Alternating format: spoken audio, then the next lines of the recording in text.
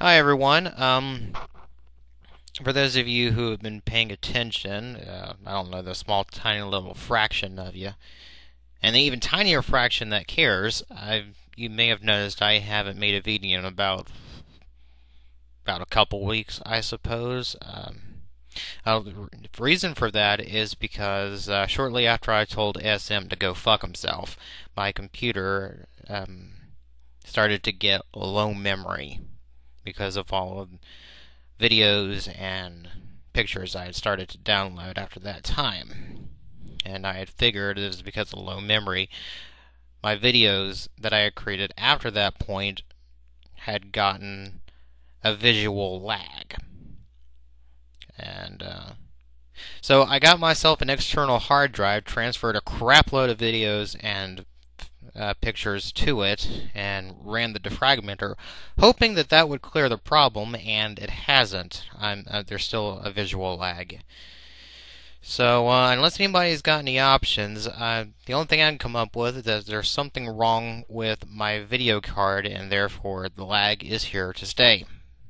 Because I own a laptop, and when it comes to hardware like that, it's much cheaper to just buy a new computer than it is to replace it all. So, as much as I hate seeing visual lags in videos, I'm sorry to having to do that to you.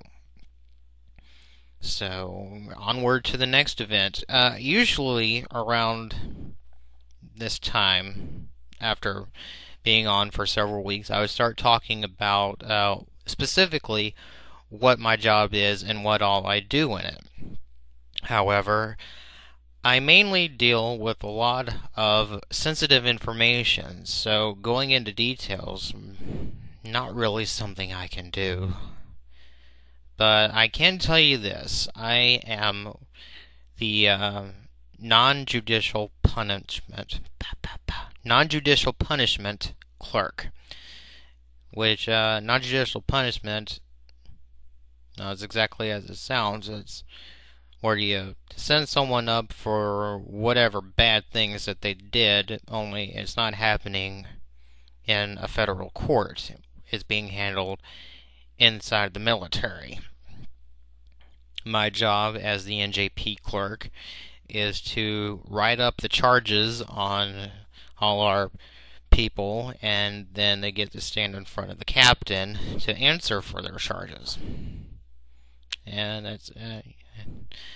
I'm there when they do that. I record the proceeding, and I'm also there to give them their post captain's mast paperwork.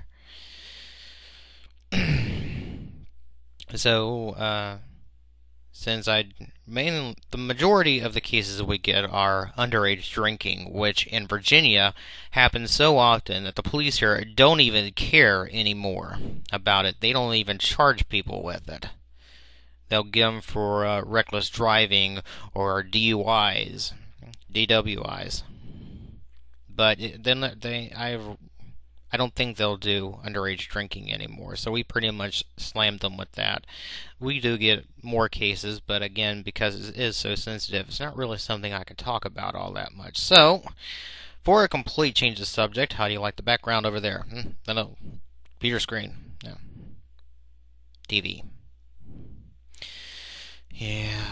Usually I had all this downstairs, but I got a little hassle taking my chair. This is the only chair that I have that's fully assembled anyway, and I'd have to keep taking it downstairs to here upstairs, and I got old after a while, so I pretty much brought this behind me. Moved into the house just recently, as you may know, so I don't have a lot of furniture. I got the TV sitting on top of the kitchen table, and I had that sitting in the living room, so yeah, it's upstairs now.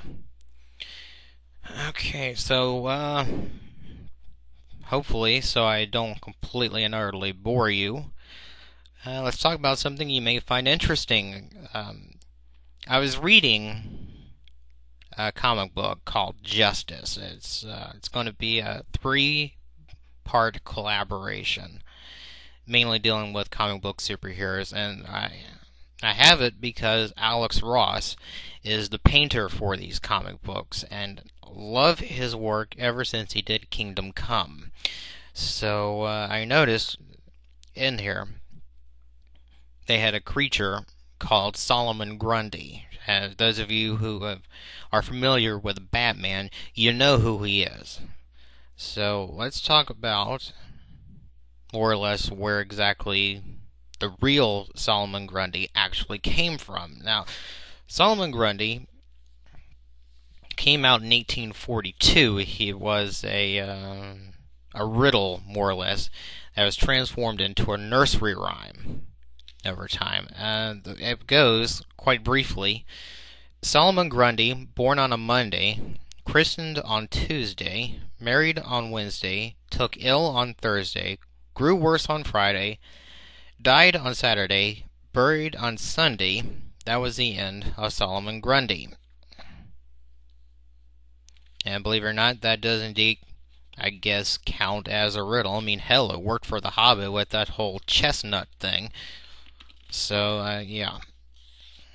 And, main thing about the riddle is that it seems that his entire life happened in the span of a week, but for those of us who live in today's times, obviously all these days happened in different years, and that's the answer to the riddle. They didn't all happen one right after the other in the same days.